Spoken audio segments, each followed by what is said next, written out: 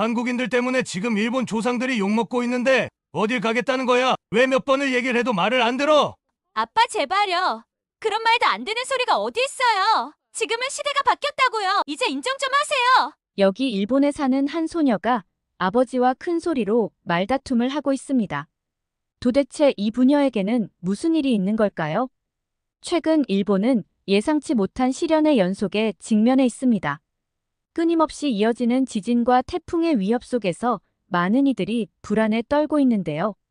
도시와 마을 곳곳에서는 피해 복구에 안간힘을 쓰고 있지만 자연의 힘 앞에 무력함을 느끼는 순간들이 계속되고 있습니다. 이런 어려운 시기에 한 일본 여성의 글이 인터넷상에서 화제가 되고 있습니다. 과거 한국을 방문했던 경험을 가진 이 여성은 지금은 대학생이 되었지만 여전히 그 시절을 그리워하며 한국에 대한 애정을 드러내고 있는데요. 그녀의 글에는 한국 방문 당시의 추억과 함께 현재 일본이 처한 어려운 상황 속에서 느끼는 복잡한 감정이 담겨 있습니다. 특히 과거 양국 관계가 좋았을 때 경험했던 교류 프로그램을 회상하며 그런 시절로 돌아가고 싶다는 바람을 표현해 눈길을 끌고 있습니다. 오늘은 가족의 반대에도 한국을 너무 사랑한 일본 여학생들의 이야기를 들려드리려고 합니다. 과연 그녀들의 마음을 사로잡은 한국에서의 특별한 추억은 무엇이었을까요? 오늘의 이야기 지금 시작합니다. 잠깐만요.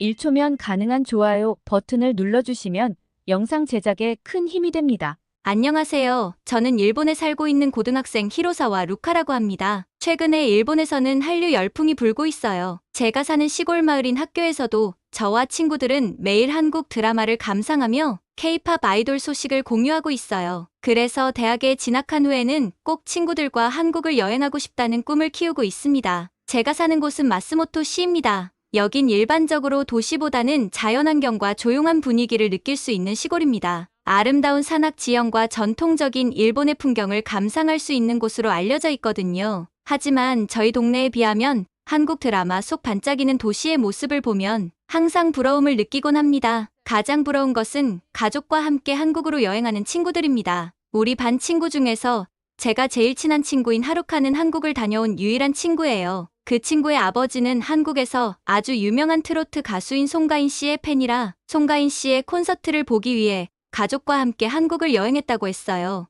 아버지가 콘서트에 가 있는 동안 하루카는 엄마와 쇼핑도 하고 한국의 예쁜 카페들도 다니면서 구경했다고 했어요. 불고기에 비빔밥에 특히 한국 길거리에서 파는 간식들도 정말 맛있다고 했어요. 저는 여행 다녀온 이야기만 들어도 너무 부럽고 왜 우리 집은 못 가나 하는 생각이 들었어요. 저희 집에서는 꿈도 못 꾸리거든요. 저희 아빠 때문에요. 저희 아빠는 대대로 할아버지 때부터 한국인들을 욕을 하고 일본 안에서 욕을 하는 혐한우익 단체에서 활동하고 계세요. 그것도 아주 열심히요. 저희 부모님은 두 분 다 자상한 분들이시고 열심히 일하셔서 저는 지금까지 부족함 없이 자랄 수 있었어요. 그래서 이제까지 부모님과 한 번도 다툰 적이 없었어요. 그런데 최근에는 제가 한류에 빠지게 되면서 아버지와 계속 다투게 되었어요. 제가 한류에 빠진 계기는 BTS를 보자마자 반해버렸어요. 완벽한 얼굴과 뛰어난 실력까지 정말 BTS는 제가 본 최고의 가수예요. 그렇게 K-팝에 빠지다 보니 다른 한국 아이돌들도 알게 되었는데 일본 아이돌들과는 비교할 수 없을 만큼 멋진 외모와 키, 뛰어난 노래 실력에 정말 마음을 빼앗겨버렸어요. 제 K-팝 사랑은 엄마한테까지 전해졌어요. 한국 드라마도 정말 재미있어서 계속해서 보고 있었거든요. 한국 드라마는 내용도 탄탄하고 배우들의 연기력 또한 훌륭했어요. 이제 일본 드라마는 눈에도 안 들어오더라고요. 심지어 저희 엄마도 저와 한두 편 보시더니 이제 저보다 더 한국 드라마의 매력에 흠뻑 빠져 계세요. 이제 유치한 일본 드라마는 못 보겠다고 하시더라고요. 한국에 빠지면 빠질수록 언젠가 꼭 한번 한국을 가보고 싶다는 마음이 점점 커졌어요. 더 나아가서 기회가 된다면 대학교도 한국에서 공부하고 싶다는 큰 꿈이 생겼어요. 그런데 이런 꿈을 이룰 수 있는 기회가 찾아왔어요. 바로 학교의 수학여행지로 한국이 선택되었다는 소식을 듣게 되었어요. 지난 2020년 1월 이후 코로나로 인해 중단되었던 수학여행이 3년 만에 이루어진 거였어요. 관련 소식이 굉장히 화제가 되었고 아마 관련된 소식을 본 한국분들도 많이 계실 거예요. 이 소식을 듣자마자 같은 반 친구들과 함께 얼싸안고 방방 뛰었어요. 제가 그토록 꿈꿔왔던 한국 여행이라니. 4박 5일이라는 짧은 기간이지만 남산타워, 남대문시장, 명동, 롯데월드, 경복궁 등 제가 가보고 싶었던 중요한 장소들을 모두 방문할 수 있는 일정이라 기대감으로 가득 찼습니다. 그러나 문제는 저희 아버지였어요. 학교 수학여행지가 한국으로 결정되고 여행비를 내야 한다고 말씀을 드렸더니 난리가 났습니다. 학교에 한국 출신 교사가 근무하고 있다는 소식이 있다던데. 그래서 한국으로 가는 거냐며? 아버지는 어떻게 거짓말을 하고 이기적이며 일본인을 심하게 차별하는 한국으로 학생들의 수학여행지를 결정할 수 있느냐고 비판적으로 말씀하셨어요. 그러시면서 학교에 항해 전화를 걸어 한국으로의 수학여행을 막아야겠다고 하셨어요. 제가 아빠가 그렇게 하시면 전 앞으로 어떻게 얼굴을 들고 학교를 다니냐고 말씀드렸어요. 학교에서 결정된 일인데 어떻게 변경을 하겠냐며 일정도 이미 나왔다고 말씀드렸더니 그런 위험한 한국으로 너를 보낼 수 없으니 너라도 수학여행을 빠져라 라고 말씀하시더라고요. 그리고 한국인이 일본인에게 테러를 하면 어떻게 하느냐며 절대로 내가 한국에 가는 건 허락을 못한다고까지 말씀하셨어요. 이렇게 상황이 되니 저는 눈물이 줄줄 나오기 시작했어요. 한국에 대해서 제대로 알아보시지도 않고 단순한 편견으로 한국을 완전히 거부하는 아버지의 태도가 너무 미웠어요. 한국에 대한 관심을 가지면서 역사 문제에 대해 알아보기 시작했는데 학교에서는 제대로 가르쳐주지 않아 깊이 있게 알기는 어렵지만 일본인들이 한국에게 한 행동이 독일 나치의 행동과 다를 바 없었고 그건 반드시 사과를 해야 한다고 생각했어요. 공부를 하다 보니 독도에 대해서도 알아봤는데 이것 또한 제가 알고 있는 것과 너무 달랐어요. 왜 아빠는 제대로 알아볼 생각을 안 하시는 건지 이 문제로 수학여행을 가기 전날까지 아빠와 말다툼을 벌인 것 같습니다. 결국 제가 매일 메신저를 통해 한국에서 어떤 음식을 먹고 어떤 일이 벌어지고 있는지 하나하나 보고해야만 허락을 받을 수 있었습니다. 그렇게 한국에 도착한 우리를 향해 아빠가 우려한 것과는 달리 카메라 플래시로 세례를 받고 잘 왔다라는 인사만 들었습니다. 아빠가 말한 것처럼 일본인이라고 꺼지라는 말이나 계란을 던지는 일은 전혀 없었습니다. 오히려 모두가 친절하게 우리를 반겨주셨어요. 실시간으로 전송한 한국의 뉴스를 보내면서도 아빠는 묵묵부답이었습니다. 저희는 전주를 방문하여 한옥마을을 구경하고 한복을 입어보며 기념사진도 찍었습니다. 한국의 전통과 멋을 알기에는 너무나 좋은 경험이었습니다. 길거리에서 판매되는 다양한 음식을 시도해봤는데 겉으로만 그럴듯해 보이고 맛은 없는 것과는 차원이 다른 맛이었습니다. 일본에도 한국식 식당이 들어와 있는데 아버지가 난리를 치시는 바람에 한 번도 일본에서 한국 음식점을 방문해 본 적이 없었거든요. 한국에 와서 진정한 맛을 깨닫게 된 것 같았습니다. 더 놀라웠던 것은 한국인들의 친절한 마음이었습니다. 시장을 구경하러 갔는데 특별히 고소한 냄새가 나는 곳이 있어서 다가가 보니 김을 파는 가게였어요. 일본에서는 한국 김이 유명하다는 것은 잘 알고 있었습니다. 그런데 한국 김은 일본 김과는 맛이 확실히 다르더라고요. 일본 김은 좀 두껍고 간장 맛이 나서 바삭하고 얇은 한국의 김과는 맛이 완전히 다른 것 같았습니다. 고소한 냄새에 이끌려 김을 구우시는 장면을 찍으려고 했는데 할머니께서 이리 와보라고 손짓하시는 게 아니겠어요? 뭔가 잘못한 줄 알고 겁을 먹고 가까이 다가갔는데 할머니께서는 굽던 김을 먹기 좋게 잘라서 먹으라고 주셨어요. 함께 있던 친구들에게도 마찬가지였어요. 김을 먹으면 돈을 내야 하는 건가 싶어서 지갑을 꺼냈는데 할머니께서는 손사래를 치며 한국에 와서 맛있는 음식 많이 먹고 잘 놀다 가거라. 일본인들이 한국 김을 좋아한다니까 맛보고 가거라. 라고 옆에 계시는 분이 휴대폰으로 통역해 주셨어요. 갑자기 눈물이 왈칵 나올 것만 같았어요. 역사 문제에서 피해자로 여겨지는 한국인이 일본인이 밉게 보일 수 있는 상황에서 한국을 방문하여 이렇게 따뜻한 대우를 받다니 그 순간 정말 감동이었습니다. 감동적인 일은 또 있었어요. 우리가 찾아간 한국 고등학교 학생들도 우릴 모두 열렬히 환영해 주었고 우리는 번역 앱과 서툰 한국어, 영어, 일어를 섞어가며 K-팝과 드라마 이야기로 하나가 되었습니다. 역사 문제에 대해서도 서툴게 물어봤는데 한국 학생들은 일본이 명백하게 한국에게 잘못을 저질렀으며 진심 어린 사과를 해야 하는 것은 맞지만 한국을 방문한 우리에게는 나쁜 시선을 가질 이유가 없다고 해주었습니다. 그 순간 머리를 크게 한 대 맞은 느낌이었어요. 아버지는 우물안 개구리처럼 자기가 보고 싶은 것만 보고 듣고 싶은 것만 듣고 있는 사람이었죠. 한국인들은 오히려 더 큰 포용으로 일본인을 맞이하며 참을성 있게 일본의 사과를 기다리고 있었다는 걸 깨달았습니다. 하지만 아빠는 여전히 자기의 편견에 갇혀 있었죠. 이런 한국인들을 비난하다니. 아버지에게 이렇게 일어난 일을 메시지로 보냈는데 그 메시지는 읽기만 하고 도통 답변이 없었습니다. 우선은 한국에 왔으니 아빠의 걱정은 다 잊고 저는 한국을 열심히 즐겼습니다. 저를 정말 감탄하게 한 것 중 하나는 전주가 서울에서 멀리 떨어진 곳에 위치한 곳인데도 정말 신기했어요. 마스모토시에 와보신 분들이라면 다 아시겠죠? 좋게 말하면 자연이 아름다운 시골이고 나쁘게 말하면 총구석이죠. 그럼에도 불구하고 전주가 이 정도로 멋진데 과연 서울은 어떨지 드라마에서 본 것보다 더 반짝거리고 멋지게 느껴질 것 같았습니다. 서울로 이동하는 동안 가슴이 두근거렸어요. 도착하자마자 크게 감탄사가 터져나왔습니다. 드라마에서 보던 서울보다 현실의 서울은 훨씬 휘황찬란하고 멋졌어요. 처음으로 놀라웠던 것은 지하철이었습니다. 마스모토시는 노면 전차가 다니는 곳이라 100년이 넘도록 운영되고 있어 가까이서 보면 부서질 것 같은 생각이 들 정도였죠. 또한 자동차 신호와 함께 다니기 때문에 자동차가 멈추면 지하철도 같이 멈추고 달리면 같이 달리는데 속도는 그다지 빠르지 않고 좋은 점도 별로 없었습니다. 게다가 지폐를 잔돈 교환기에서 잔돈으로 바꿔 딱 맞게 요금통에 넣어야만 이용할 수 있다는 점도 좀 웃길 정도였습니다. 그리고 요금통과 잔돈 교환기가 붙어 있어 딴 생각을 하다가 돈을 잔돈 교환기에 넣게 되면 다시 돈을 찾을 방법이 없다는 게 당황스러울 때가 많았어요. 도쿄 지하철은 좋지 않냐고 하실 텐데 전혀 아니에요. 저도 가끔 길을 잃어버릴 정도로 복잡하고 안내가 잘 되어 있지 않아요. 환승하려다가 지하철을 반대로 타거나 환승역을 놓치는 일도 많고요. 부끄럽지만 일본인인 저도 도쿄에 갔다가 길을 헤맨 적도 많아요. 그런데 한국 지하철은 정돈되어 있고 큰 역사 안에 환승 표시가 잘 되어 있으며 지하철 역무원들은 안내를 부탁하면 정말 친절하게 도와주셨습니다. 일본에서는 이런 친절을 기대하기 어렵지만 한국인들의 이런 친절과 배려심은 꼭 배워가야겠다는 생각을 했죠. 이번 수학여행에서 최고로 환상적인 것은 롯데월드였어요. 일본의 놀이동산을 한국 사람들도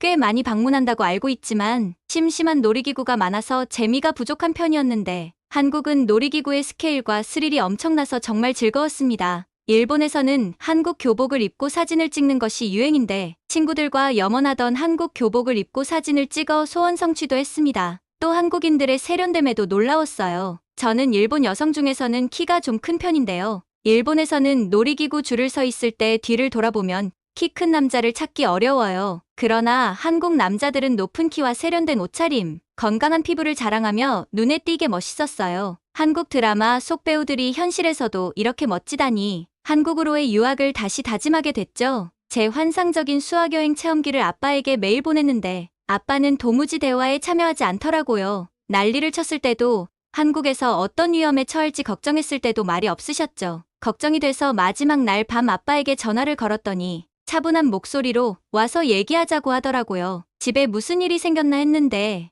내일 집에 돌아가기로 했으니까 그때 들어보겠다고 생각했어요. 집에 도착하면서 한국 김, 화장품, 예쁜 옷, 그리고 BTS 굿즈까지 가득 쇼핑한 것들을 안고 들어가면서 마음 한 구석에서는 아빠가 무슨 소식을 전할지 걱정이 됐습니다. 아빠가 한국에 돈을 주고 왔냐며 내가 힘들게 번 돈을 한국에 썼다고 노발대발할 텐데 이런 생각이 불쑥 들었습니다. 천국에서 지옥으로 툭 떨어진 느낌이었죠.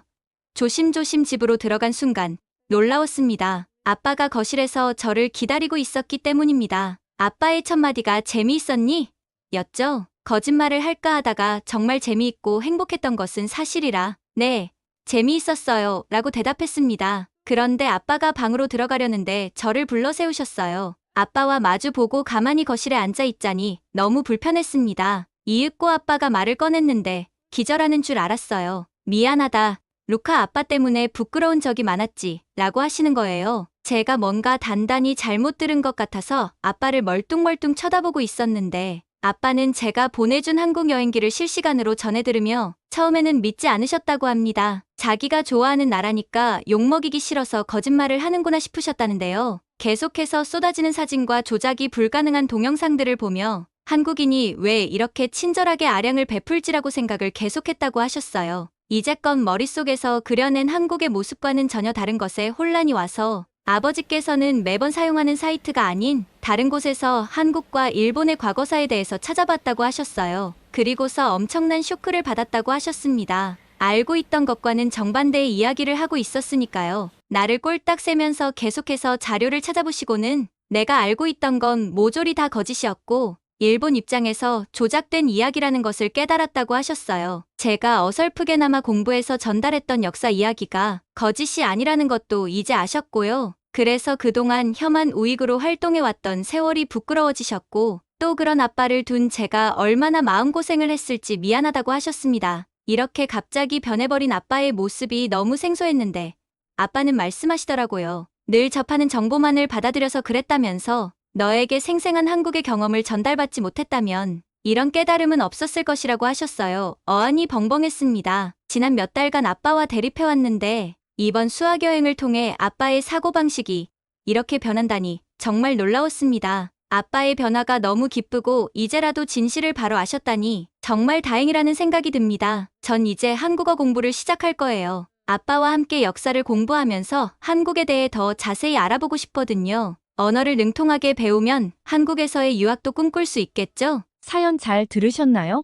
한국 수학여행을 통해 인생의 전환점을 맞이한 일본 여학생의 감동적인 이야기였습니다. 루카 씨의 사연을 어떻게 들으셨나요? 그녀의 용기와 변화에 대해 여러분의 생각과 응원의 메시지를 댓글로 남겨주세요.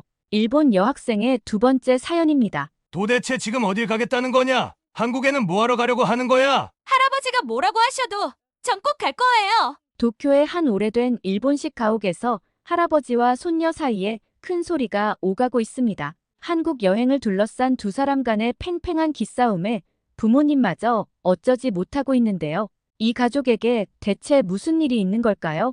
왜 할아버지는 손녀의 한국 여행을 그토록 반대하는 걸까요? 그리고 손녀는 왜 그렇게 한국에 가고 싶어 하는 걸까요? 오늘의 사연 지금 시작합니다. 안녕하세요. 저는 미야자키 하루나예요. 23살 일본 대학생이죠. 제 인생이 완전히 바뀐 건 3년 전 우연히 들은 K-팝 때문이었어요. 그 노래를 듣는 순간 제 가슴이 쿵쾅거리기 시작했죠. 그때부터 저는 한국 문화의 매력에 푹 빠져버렸어요. 제 방은 이제 한국 아이돌 포스터로 가득 차 있어요. K-팝, 한국 드라마, 한식, 제 일상은 온통 한국 문화로 가득 찼죠. 한국어도 열심히 공부하고 있어요. 제 꿈은 언젠가 한국에 가서 직접 그 문화를 체험하는 거예요. 하지만 제 열정을 이해하지 못하는 사람이 있었어요. 바로 우리 할아버지였죠. 도대체 지금 어딜 가겠다는 거냐? 한국에는 뭐하러 가려고 하는 거야? 할아버지의 고함 소리가 집 안을 가득 메웠어요. 90세의 할아버지는 제가 한국 여행을 계획하고 있다는 걸 알고 격분하셨거든요. 할아버지가 뭐라고 하셔도 전 꼭 갈 거예요. 저도 지지 않고 소리쳤어요. 이런 말다툼은 이번이 처음이 아니었죠. 한국 문화에 대한 제 열정을 할아버지는 도저히 이해하지 못하셨거든요. 사실 이런 갈등은 우리 집만의 문제가 아니에요. 요즘 일본에서는 한류 문화를 좋아하는 젊은 세대와 한국에 대해 부정적인 인식을 가진 노년층 사이의 갈등이 심각해지고 있어요. 할아버지 세대는 과거의 역사적 갈등이나 개인적인 경험 때문에 한국에 대해 안 좋은 감정을 갖고 계세요. 반면 우리 세대는 K-팝, 한국 드라마 등을 통해 형성된 새로운 한국의 이미지에 열광하고 있죠. 넌 아무것도 모르는구나. 그 나라가 얼마나 위험한지 알아? 할아버지의 말씀에 저는 한숨을 깊게 내쉬었어요. 왜 할아버지는 이렇게 한국을 싫어하시는 걸까요? 저는 할아버지의 걱정을 이해하려 노력했지만 동시에 제 꿈을 포기할 수는 없었어요. 지금 생각해보면 그때의 갈등은 단순한 여행 문제가 아니었어요. 제가 겪은 건 세대 간의 깊은 가치관 차이였고 빠르게 변화하는 문화와 고착된 과거 사이의 충돌이었죠. 할아버지와 제 사이의 다툼은 마치 일본 사회의 축소판 같았어요. 한쪽에는 한류에 빠진 젊은 세대가, 다른 한쪽에는 과거의 기억에 사로잡힌 노년층이 있었죠. 그 사이에서 저는 필사적으로 제 꿈을 지키려 했어요. 그때 저는 순진했어요. 이 여행으로 할아버지께 새로운 한국의 모습을 보여드릴 수 있을 거라 믿었거든요. 하지만 현실은 그리 녹록지 않았어요. 할아버지의 완고한 마음을 여는 건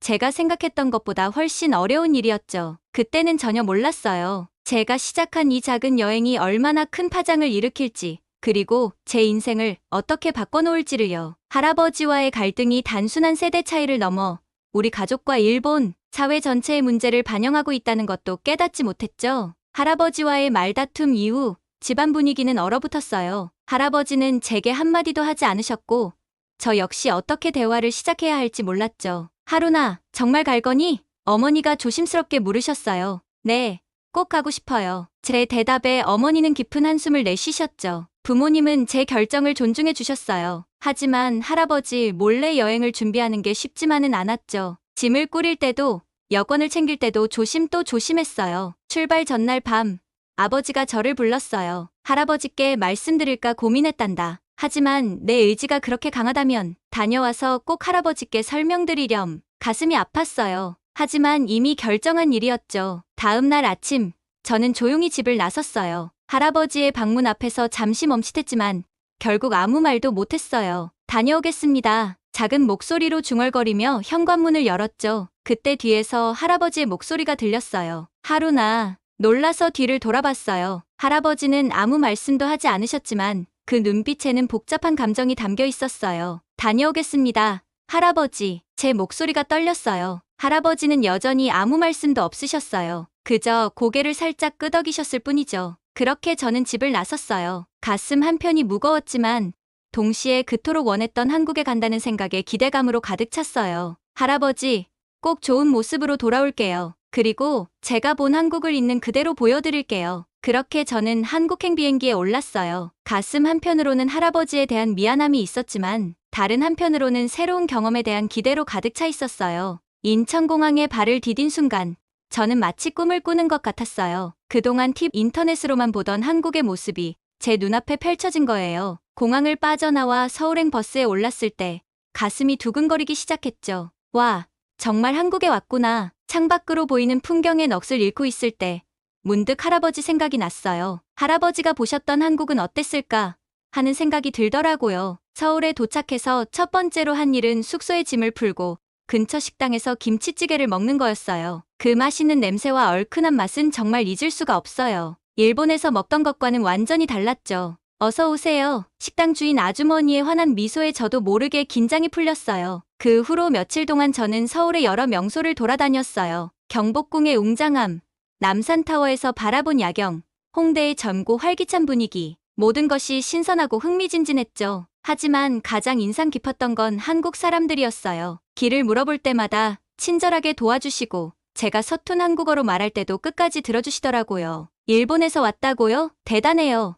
한국어를 정말 잘하시네요. 이런 말을 들을 때마다 가슴이 뭉클해졌어요. 할아버지가 말씀하신 것과는 전혀 다른 모습이었거든요. 여행 3일째 되는 날, 저는 우연히 한 카페에서 한국 대학생들과 이야기를 나누게 됐어요. 그들은 제가 일본인이라는 걸 알고 나서도 여전히 친절했고 오히려 더 많은 관심을 보여줬죠. 일본 문화도 정말 멋져요. 저희도 일본 애니메이션이나 음식을 좋아하거든요. 그들의 말에 저는 깜짝 놀랐어요. 한국과 일본 사이에 여전히 해결되지 않은 문제들이 있다는 걸 알고 있었지만 이 젊은이들은 그것을 넘어 서로의 문화를 존중하고 있었거든요. 여행 7일째 되는 날, 저는 조용한 카페에서 혼자 커피를 마시고 있었어요. 그때 옆 테이블에서 들려오는 대화가 제 귀에 들어왔죠. 일본 정부가 또 역사를 왜곡하고 있대. 정말 화가 나. 저도 모르게 긴장이 됐어요. 그들의 목소리에는 분노와 실망감이 가득했거든요. 할아버지의 말씀이 떠올랐죠. 한국 사람들은 우리를 싫어해. 불편한 마음에 자리에서 일어나려는데 실수로 옆 테이블 의자를 건드리고 말았어요. 아, 죄송합니다. 저도 모르게 일본어가 튀어나왔어요. 순간 카페가 조용해졌어요. 옆 테이블의 두 남자가 놀란 표정으로 저를 쳐다봤죠. 너무 당황한 나머지 그대로 도망치듯 카페를 나서려 했어요. 그때 누군가 제 어깨를 잡았어요. 죄송합니다. 오해하지 말아주세요. 뒤를 돌아보니 아까 그 남자들이었어요. 그들의 표정이 완전히 바뀌어 있었죠. 우리가 한 말 들으셨죠? 정말 죄송합니다. 모든 일본인이 나쁘다고 생각하는 게 아니에요. 그냥 정치적인 문제에 대해 이야기하던 거였어요. 저는 놀라서 말을 잇지 못했어요. 한국 여행 중이신가 봐요? 우리 때문에 한국에 대해 안 좋은 인상을 받게 될까 봐 걱정돼요. 정말 미안합니다. 그들의 진심 어린 사과에 저는 감동받았어요. 할아버지가 말씀하신 것과는 전혀 다른 모습이었거든요. 아니에요. 제가 이해해요. 역사 문제는 정말 복잡하죠. 우리는 그 자리에서 30분 넘게 이야기를 나눴어요. 그들은 일본 문화에 대한 관심도 많았고 제 서툰 한국어의 격려도 아끼지 않았죠. 일본 친구가 생겼네요. 다음에 또 한국에 오면 연락주세요. 맛있는 거 사드릴게요. 헤어질 때 그들이 건넨 말에 저는 웃음을 지을 수 있었어요. 그날 밤 숙소로 돌아와 일기를 쓰면서 저는 생각했어요. 할아버지께 이 모든 걸 어떻게 설명드릴 수 있을까? 한국은 제가 상상했던 것보다 훨씬 더 복잡하고 다채로운 나라였어요. 어려운 역사와 현재의 문제들이 있지만 동시에 그것을 넘어서려는 따뜻한 마음도 있다는 걸 알게 됐죠. 이제 겨우 여행의 절반을 지났을 뿐인데 저는 이미 많은 것을 배우고 느꼈어요. 앞으로 남은 시간 동안 어떤 경험들이 저를 기다리고 있을지, 그리고 이 여행이 끝나고 할아버지를 다시 만났을 때 어떤 이야기를 나눌 수 있을지 기대되더라고요. 그날 밤, 저는 오랜만에 편안한 마음으로 잠들 수 있었어요. 여행의 중반에 접어들면서 저는 한국에 대해 더 깊이 알고 싶어졌어요. 그래서 한국의 역사와 문화를 직접 체험할 수 있는 곳들을 찾아다니기 시작했죠. 먼저 국립중앙박물관을 방문했어요. 그곳에서 한국의 오랜 역사와 문화유산을 보며 할아버지 세대와 제가 알고 있는 한국의 모습이 얼마나 다른지 실감할 수 있었어요. 와, 삼국시대의 유물이 이렇게 아름답다니. 특히 인상 깊었던 건 금관이었어요. 섬세한 장식과 화려한 디자인의 넋을 잃고 한참을 바라봤죠. 문득 이런 생각이 들더라고요. 할아버지도 이걸 보셨다면 한국 문화의 아름다움을 인정하셨을까? 다음 날은 DMZ 투어에 참가했어요. 분단의 현실을 직접 눈으로 보니 한국이 겪어온 아픔이 가슴에 와닿았죠. 가이드 선생님의 설명을 들으며 저도 모르게 눈물이 고였어요. 우리는 평화를 원해요. 하지만 그 과정이 쉽지만은 않죠. 가이드 선생님의 말씀에 깊이 공감했어요. 역사의 무게를 느끼며 한일 관계에 대해서도 다시 한번 생각해보게 됐죠. 그러다 우연히 한복 체험을 하게 됐어요. 아름다운 한복을 입고 경복궁을 거닐며 사진도 찍었죠. 그때 만난 한국 할머니 한 분이 제게 다가오셨어요. 아이고, 우리 한복이 참 잘 어울리네. 어느 나라에서 왔어? 일본에서 왔어요. 제가 조심스레 대답하자 할머니의 표정이 잠깐 굳어졌어요. 하지만 곧 환한 미소를 지으셨죠. 그래, 우리나라 한복이 예쁘지? 내 나라 기모노도 참 아름답더라. 할머니의 따뜻한 말씀에 저는 감동받았어요. 역사적 아픔을 넘어 서로의 문화를 인정하고 존중하는 모습이 정말 멋져 보였거든요. 여행의 마지막 날, 저는 남산타워에 올랐어요. 서울의 전경을 바라보며 이번 여행에서 겪은 모든 일들을 되새겨봤죠. 처음에는 할아버지의 말씀 때문에 불안했었죠. 하지만 직접 경험해본 한국은 제가 상상했던 것보다 훨씬 더 다채롭고 복잡한 나라였어요.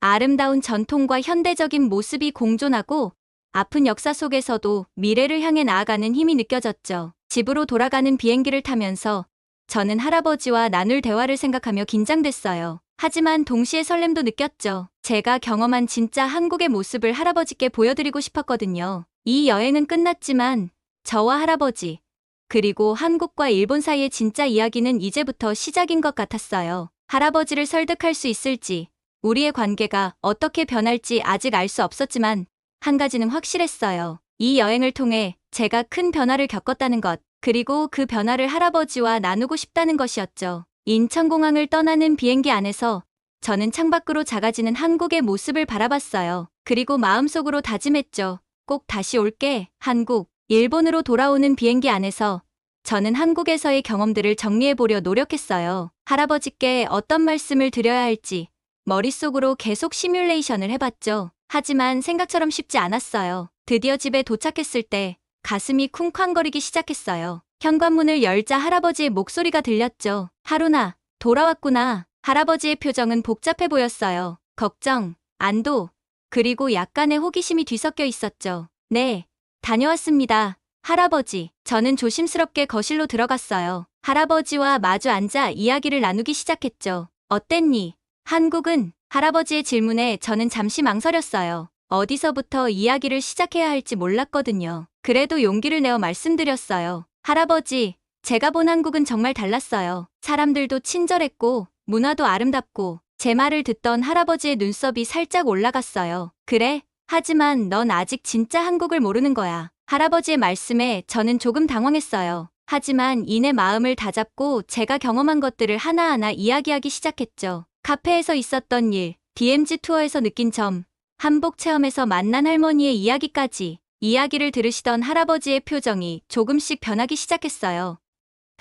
그렇게 많이 변했다고? 할아버지의 목소리에서 약간의 동요가 느껴졌어요. 저는 용기를 내어 한 걸음 더 나아갔죠. 할아버지, 우리가 함께 한국에 가보는 건 어떨까요? 제가 본 한국을 할아버지께도 보여드리고 싶어요. 할아버지는 잠시 말없이 저를 바라보셨어요. 그리고는 깊은 한숨을 내쉬셨죠. 하루나, 나는 아직 준비가 안 됐구나. 하지만 내 이야기를 들으니 내가 알고 있던 한국과는 많이 다른 것 같아. 할아버지의 말씀에 저는 조금 실망했지만 동시에 희망도 보였어요. 적어도 할아버지께서 제 이야기를 들어주셨고 조금은 마음을 열어주신 것 같았거든요. 그날 이후로 할아버지와 저는 종종 한국에 대해 이야기를 나누게 됐어요. 할아버지도 조금씩 관심을 보이시기 시작했죠. 한국 드라마도 한 번씩 보시고 한국 음식도 같이 만들어 먹어봤어요. 물론 아직 할아버지의 마음이 완전히 바뀐 건 아니에요. 하지만 우리 사이에 작은 변화가 시작됐다는 걸 느낄 수 있었죠. 이제 저는 알아요. 할아버지와 저 사이에,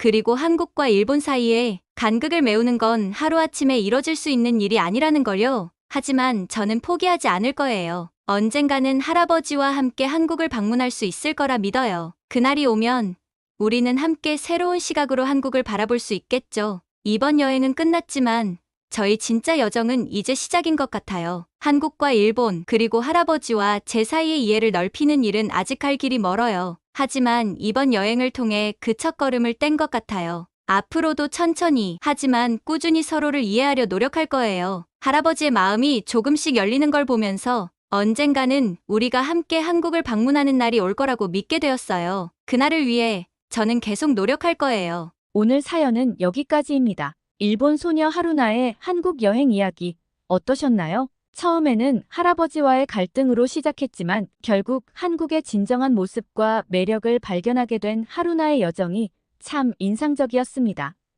한국의 따뜻한 환대와 문화적 풍요로움, 그리고 역사적 아픔을 극복하고 발전해 나가는 모습이 세계적으로 인정받고 있다는 사실에 가슴이 뿌듯해지네요. 특히 과거의 갈등을 넘어 서로를 이해하려는 노력이 얼마나 중요한지 다시 한번 확인할 수 있었습니다. 여러분은 세대 간의 문화적 차이와 갈등을 해결하는 방법이 뭐가 있다고 생각하세요? 하루나와 할아버지처럼 서로 다른 시각을 가진 세대가 어떻게 하면 서로를 이해하고 소통할 수 있을지 여러분의 의견을 댓글로 남겨주세요. 여러분의 경험이나 아이디어가 궁금합니다.